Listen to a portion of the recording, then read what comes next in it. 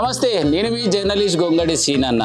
మరి ఏది ఏమైనా కూడా గణపతుల పండుగ వచ్చింది చాలు ఈ ఆడ చూసినా గల్లీ గల్లీ లొల్లి లొల్లి ఉంటుంది. మరి రంగారెడ్డి జిల్లా మహేశ్వరం నియోజకవర్గం బాలాపూర్ మండలంలో భాగంగా మల్లాపూర్ అంటేనే ఒక బ్రాండ్. మరి మల్లాపూర్ బొడ్రాయి దగ్గర ఏర్పాటు చేసినటువంటి మహా వినాయకుడి వద్దకి తెలంగాణ రాష్ట్ర మాజీ విద్యాశాఖ మంత్రి, ప్రస్తుతం మహేశ్వరం నియోజకవర్గం ఎమ్మెల్యే అయినటువంటి సబితా ఇంద్రారెడ్డి గారి మరి కుమారుడు కౌశిక్ రెడ్డి గారు ఇక్కడికి వచ్చి స్వామివారిని దర్శనం చేసుకోవడం జరిగింది. మరి వారి మాటలను అడిగి తెలుసుకునే ప్రయత్నం చేద్దాం. అన్న నమస్తే. నేనైతే నిమ్మలంగా ఉన్నానే. ఈ రోజు మల్లాపూర్ వచ్చి ఎట్లా అనిపిస్తుంది? ఈ రోజు దేవుడి ఆశీర్వాదాలతోనే ఈ రోజు మేము అందరూ కలిసి ఈ రోజు మేము ముందులో ఉన్నాను. ఈ రోజు చాలా మంచిగా అనిపిస్తుంది. ఈ బొడ్రాయి మల్లాపూర్కి ఈ వినాయక పండుగ రోజు ఆస్ట్రేషియస్ డేస్ నేను రావడం, మేము అందరిని కలవడం చాలా సంతోషంగా ఉంది.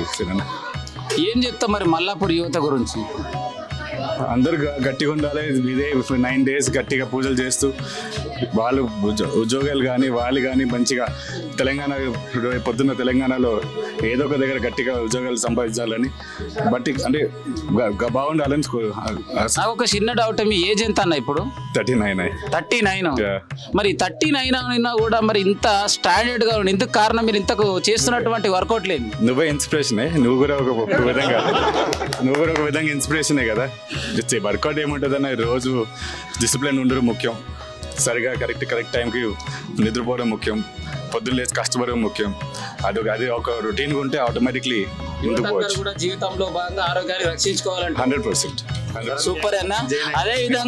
అదే విధంగా వెంకటాపూర్ గ్రామానికి మాజీ సర్పంచ్ అయినటువంటి బొర్రా జగన్ రెడ్డి గారు మనతో పాటు ఉన్నారు. అన్న నమస్తేనే. నమస్తే సినన్న. బాగున్నా సినన్న.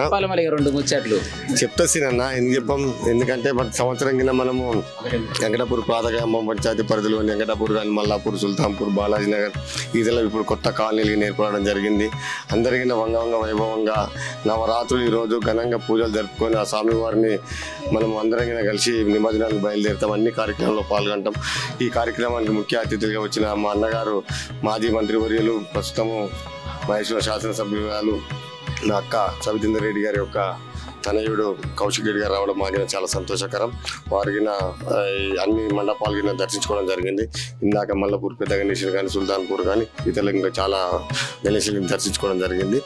వారికి అందరికీ భగవంతుని ఆశీస్సులు మన అందరి మీద ఉండి, గణేశుని ఆశీస్సులు అందరి మీద ఉండాలని కోరుకుంటూ అందరూ సుఖ సంతోషాలతో ఆరోగ్యాలతో అష్టైశ్వర్యాలతో ఉండాలని మనస్ఫూర్తిగా భగవంతుని కోరుకుంటున్నాను.